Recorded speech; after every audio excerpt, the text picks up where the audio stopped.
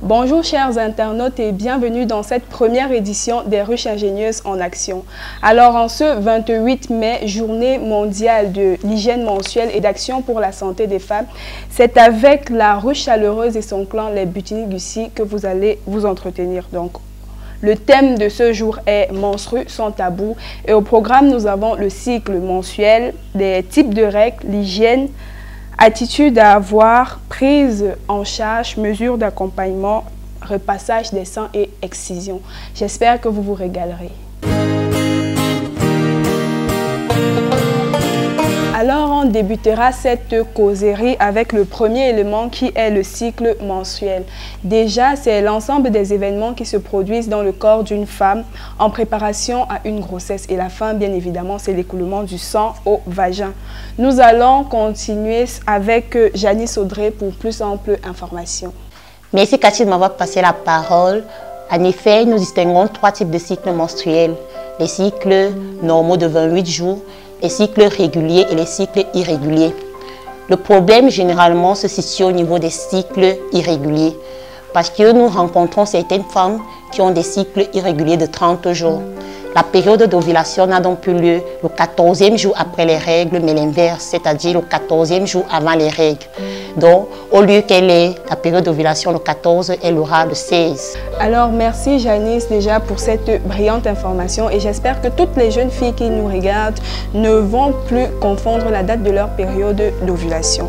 Nous allons continuer cette causerie avec les types de règles avec Mistral Mat. Merci Cathy. Exactement, il existe trois types de règles, à savoir la dysménorrhée, communément appelée règle douloureuse. En second lieu, nous avons la ménorrhée, qui est l'absence de règles.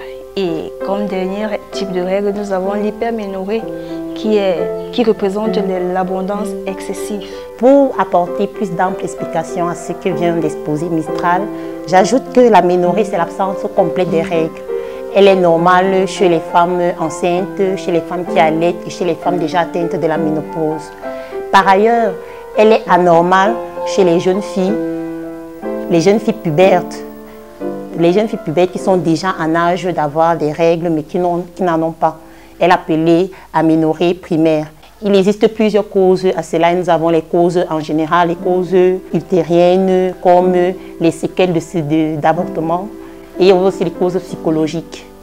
Pour traiter les aménorrhées, il suffit juste, ça ne nécessite pas vraiment un traitement du genre médical.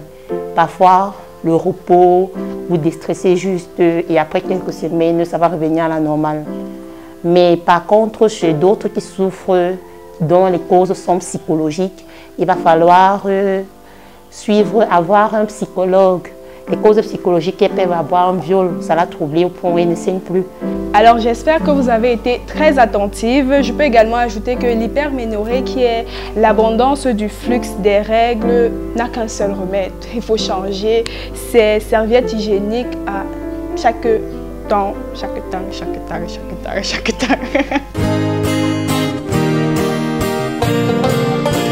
Nous allons passer à la prochaine rubrique de notre causerie qui est l'hygiène avec Sandrine Kada.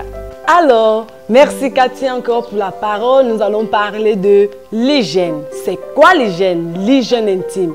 Mais nous allons nous attarder sur l'hygiène intime durant la période de menstruation. Il ne faut pas confondre hygiène intime à croc d'hygiène parce que même croc d'hygiène irrite le vagin. Parlons d'hygiène intime, nous allons commencer d'abord par le port de sous-vêtements en coton.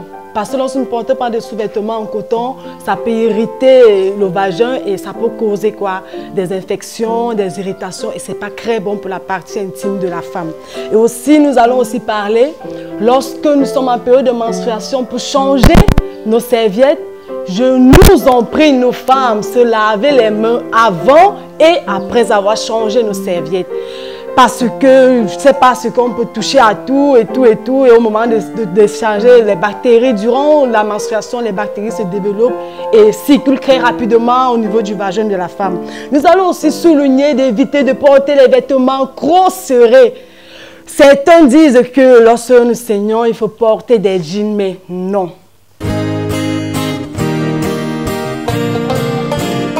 Alors, Nous revenons encore maintenant avec les astuces de grand-mère. Mistral a parlé ici là, de problèmes comme nous appelons communément règles douloureuses. Alors nous avons un peu chevauché, nous avons vu certaines petites astuces de grand-mère, comme nous connaissons bien cette écorce que nous appelons l'ico. C'est l'icou. J'espère que j'écorche pas ce nom. Certains disent qu'il faut mettre dans l'eau trempée et boire. Et d'autres proposent aussi, ou mâcher aussi cet icou. D'autres proposent ici le roi des herbes, de frotter et de boire pour pouvoir soulager ça, ces maux de douleur, ces femmes qui ont des douleurs au niveau des ventres.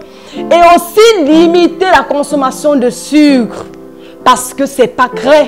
C'est vraiment... Si nous pouvons même cesser, parce que pour notre santé, elle n'est pas bonne. Alors, merci Sandrine Kada pour cette brillante information et d'ailleurs très explicite.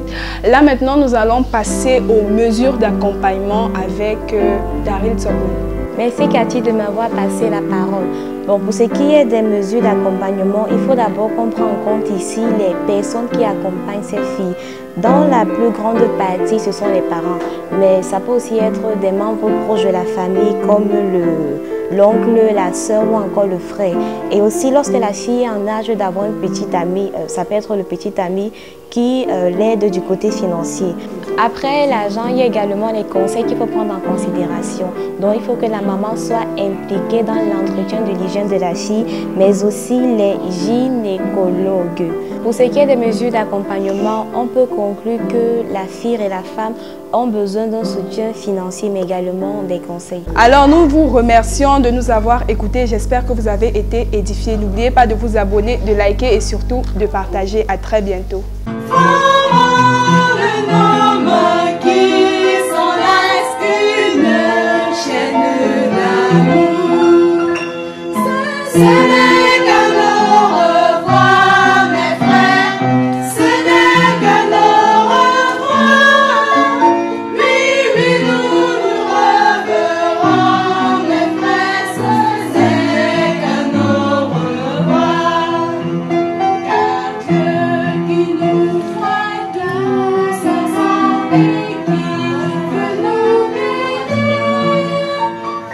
Dieu